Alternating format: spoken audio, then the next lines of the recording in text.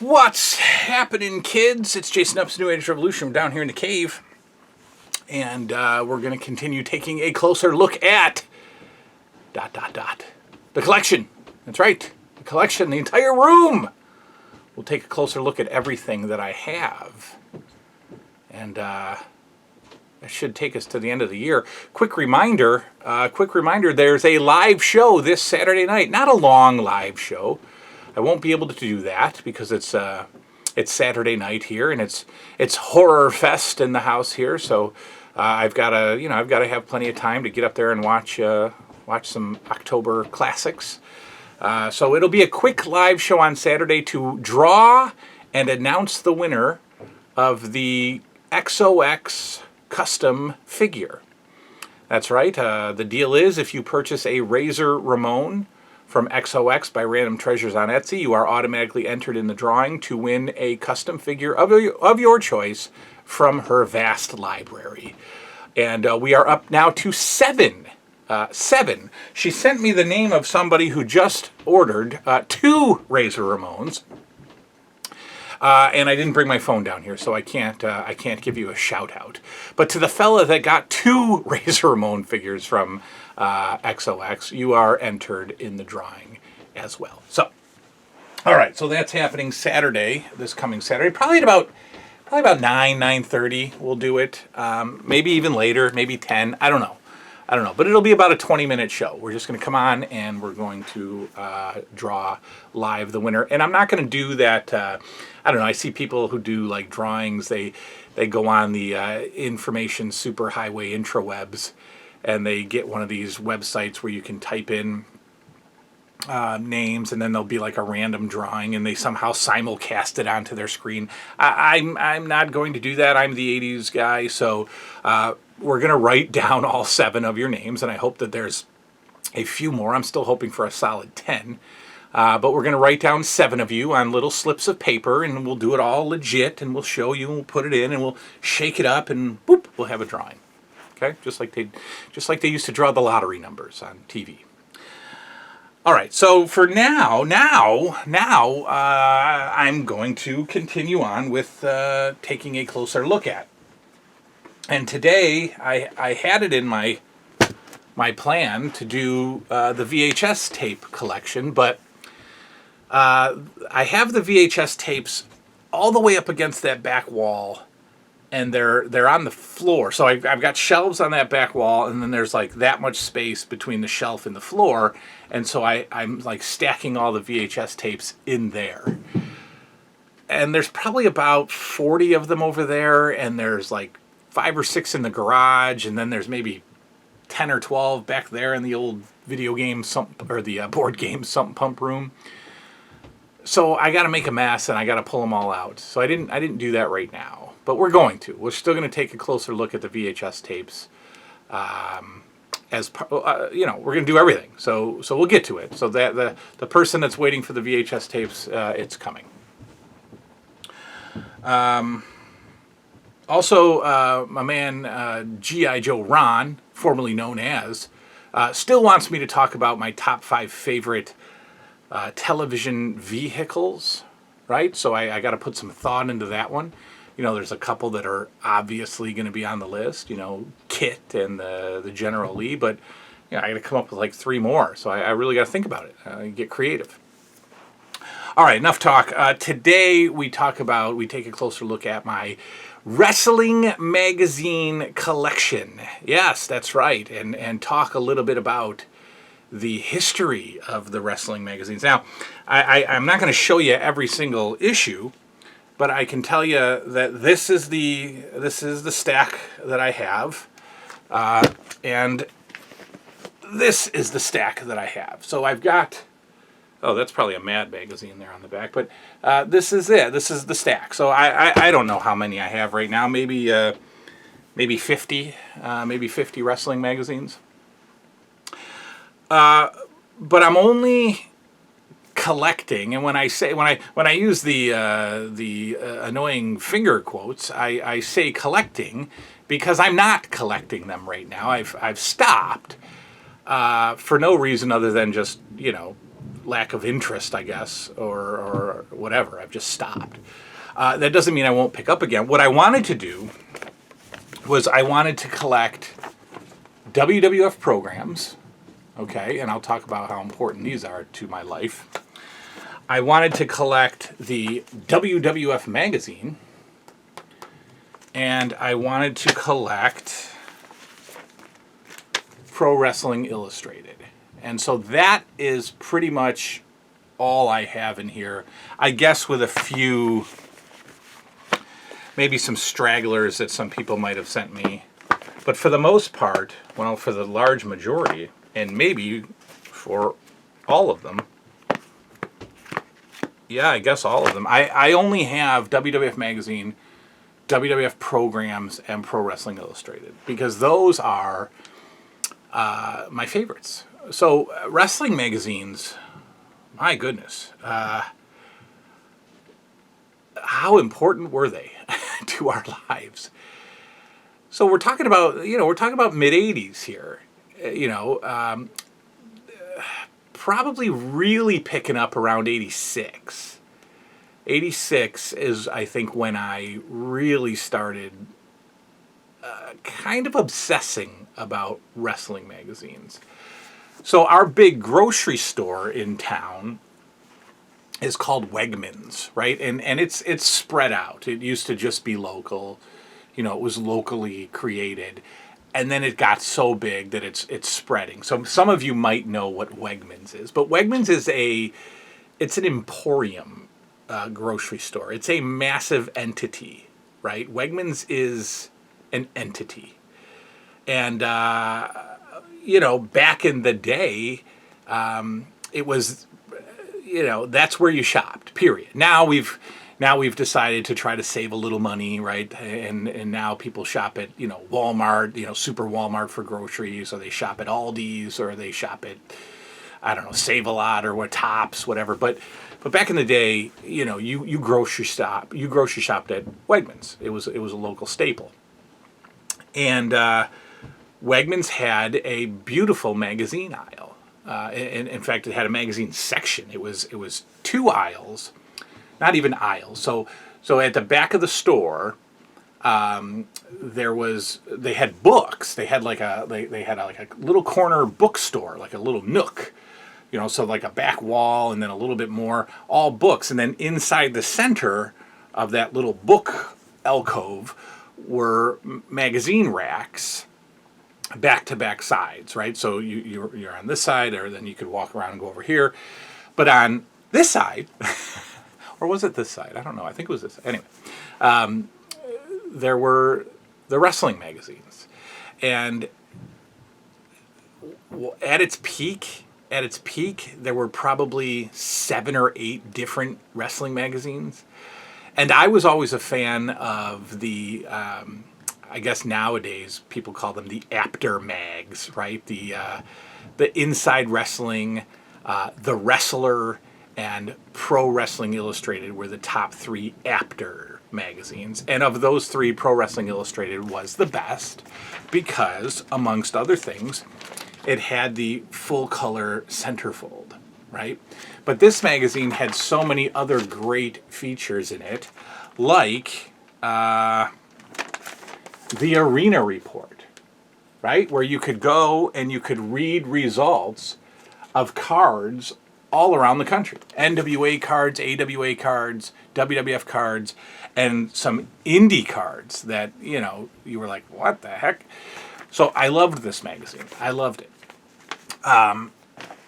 But then there were magazines like that got, at one particular era, probably like 86, 87, there were a couple magazines that were almost walking that kayfabe line, right? I think it was called Wrestling Eye.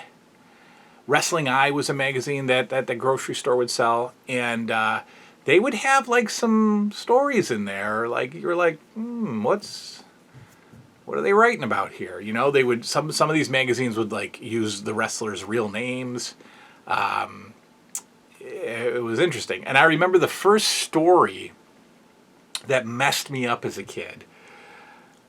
in one of these like indie mags, right? Not the After magazines. The story was more red equals more green. And I was like, well, what the heck does that mean? And as I read it, I was like, what? If you bleed in a match, you get more money? Like, what the heck is that? I don't even know if that's true. But, you know, for the first time, they were talking about blading. And this is like 86, 87. I'm like, what is this? You know, because back in the day, every kid thought that either you thought the blood was real or you thought it was ketchup, right? I remember so stupid, like so stupid, right? I remember like telling my friends, oh, it's just ketchup. Like, what? It's so dumb. Or blood capsules, you know, that you would just, anyway. We had no idea in 86 that wrestlers were gashing their foreheads with tiny little razor blades. But the magazines would start to expose that. Then there were magazines that were borderline pornographic. Yes, that's right. The first time that word's ever been said on this channel. There were some of these indie, low-budget magazines that would have ads for adult videos. Yeah.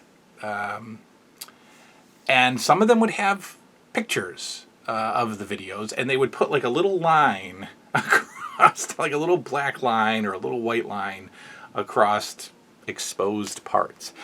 But they didn't edit the titles, right? And so you know that some of the titles can be pretty obvious to a little 11-year-old reading them. And then for some reason, even earlier in the 70s, wrestling magazines would include something called apartment wrestling, which was basically two women in bikinis taking photos of them wrestling in an apartment. I don't know. I think that lasted pretty much until the late 70s. So you had the vast array, and then the old WWF started producing their own magazine, which you absolutely knew was coming, as Vince McMahon started to produce his own everything. The WWF magazine, and this was the first ever, full color, glossy, amazing magazine, and most of these magazines, in the center of them, had this, the WWF catalog. And so you'd go through the catalog and you'd see all this gear and the posters. I was always a poster guy. So like I would just flip to this page, right, where there were posters. And those were the best. I loved those. And so I collect those, and then, of course, the arena programs. Now, I'm not actively going after these. Basically, somebody gave me a box of programs, and they were local. So they were all from the War Memorial here in Rochester, and they all came with the arena, the card sheets for that night, and that's like the best. So I'm probably not going to be purchasing any more programs, but I do want to get as many WWF magazines as I can from 84 to probably 94.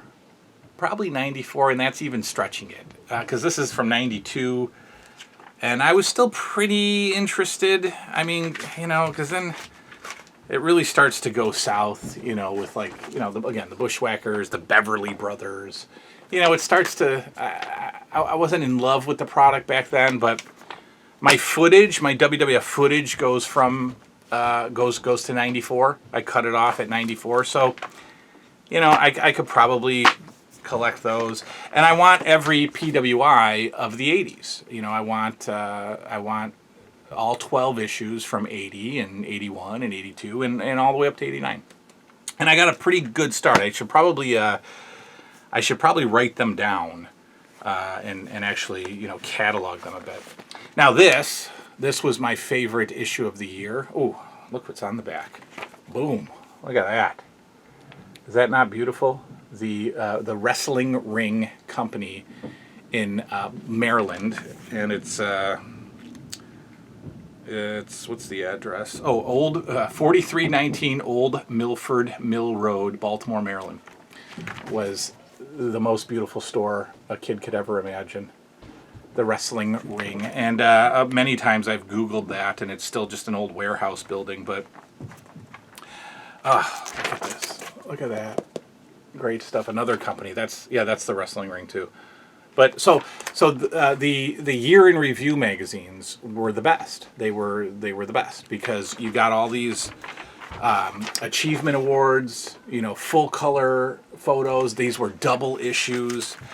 And then my favorite part of these was the fan awards. The PWI. Oh, yeah. So there's two things. There's the fan awards where fans write their unofficial awards, right? So you write in, and it's usually something funny, like everybody would be like, so the award, Best Sneak Attack Artist, goes to the Honky Tonk Man, and that's from somebody named Pam in Mount Pleasant, PA. Best Thing to Happen to the WWF Award, Hulk Hogan loses the WWF title. That's from Jose Fernandez in Patterson, New Jersey. So you could write in your silly creative award, and they would post it. And then there was a section called Predictions. So at the end of the year, the year in review, you would write in your predictions. And many of them were silly, and many of them were serious. But they're awesome. You get to read, people's predictions about the year to come.